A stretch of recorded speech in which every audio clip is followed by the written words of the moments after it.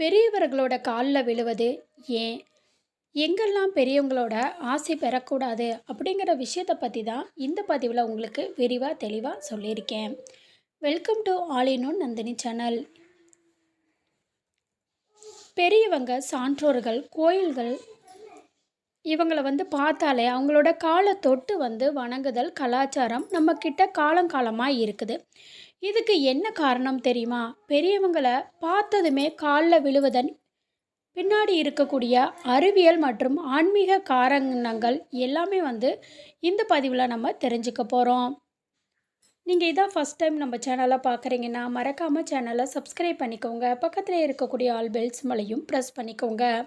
அப்போ தான் நான் போடுற வீடியோ உடனுக்குடனே உங்களுக்கு நோட்டிஃபிகேஷன் ஆகும். இப்போ நம்ம வீடியோக்குள்ளே போகலாம் வாங்க.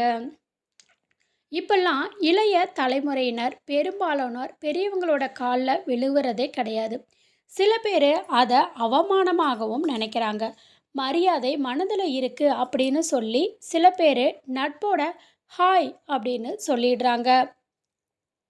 ஆனால் உடலை வெறும் தசை, எலும்பு, நரம்பு அப்படின்னு உறுப்புகளாக நாம் பார்க்கலாம். உடல் அப்படிங்கிறது நம்மை ஆட்விக்கும் ஒரு சக்திங்க. நம்மோட அனைத்து காரியங்களுக்கும் இந்த சக்தி தான் பார்த்திங்கன்னா மூல காரணமாக இருக்குது. நம்மோட பாதங்களில் தான் ரொம்ப அதிகமான சக்தி ஓட்டமாக இருக்குது. ஆய்வுகளும் இதை சொல்லியிருக்கு. அதை உபயோகப்படுத்துவதற்காகவே காலில் விழும் பழக்கம் உருவாக்கப்பட்டதாங்க. ஞானி இல்லைன்னா மகான்களை பார்க்கும்போது அவங்களோட காலை தொட்டு ஆசி பெறுகிறோம்.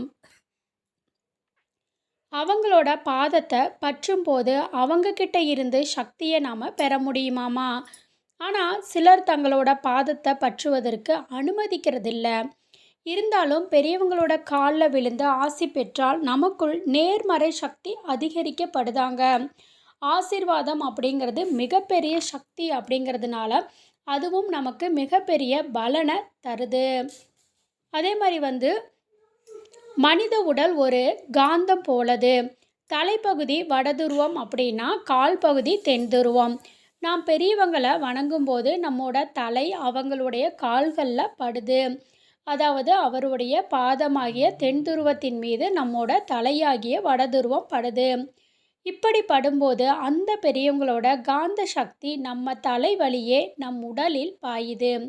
உதாரணத்துக்கு மின் அழுத்தம் அதிகமுள்ள இடத்திலிருந்து குறைவாக உள்ள இடத்தை நோக்கி மின்சாரம் பாய்வது போல நாம் காலில் விழுந்து வணங்கும் போது பெரியவங்களோட ஆற்றல் நமக்குள் வந்தடையுதாமா.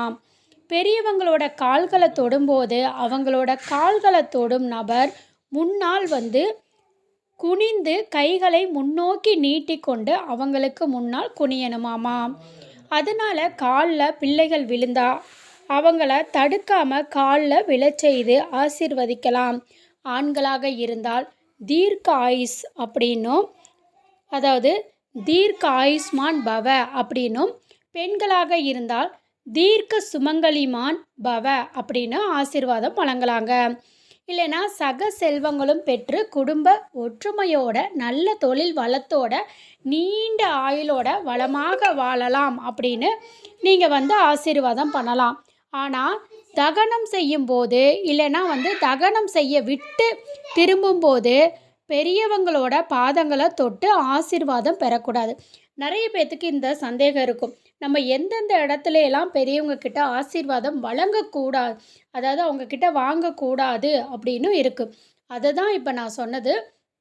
தகனம் செய்யக்கூடிய இடம் இல்லைன்னா தகனம் செய்து விட்டு திரும்பும் போது இடுகாட்டுக்கு போகிறாங்க பார்த்தீங்களா, அந்த மாதிரி திரும்ப வரும்போது பெரியவங்களோட பாதங்களை தொட்டு குளித்து முடித்து அனைத்து முடிந்த பிறகு ஆசி பெறலாம். ஒருவர் கடவுள் வழிபாட்டினை தன்னை ஈடுபடுத்தி கொண்டால் அந்த நேரத்தில் அவங்கள ஆசீர்வாதத்தை பெறக்கூடாது. பூஜை முடியும் வரை காத்திருக்கணும். அதுபோல் கோயில்லையோ கடவுள் அறையிலையோ பெரியவங்க காலில் கண்டிப்பாக விழக்கூடாதுங்க. அது மிகவும் தவறு. இந்த பதிவு உங்களுக்கு பயனுள்ளதாக இருந்துச்சுன்னா வீடியோவை லைக் பண்ணிக்கிங்க.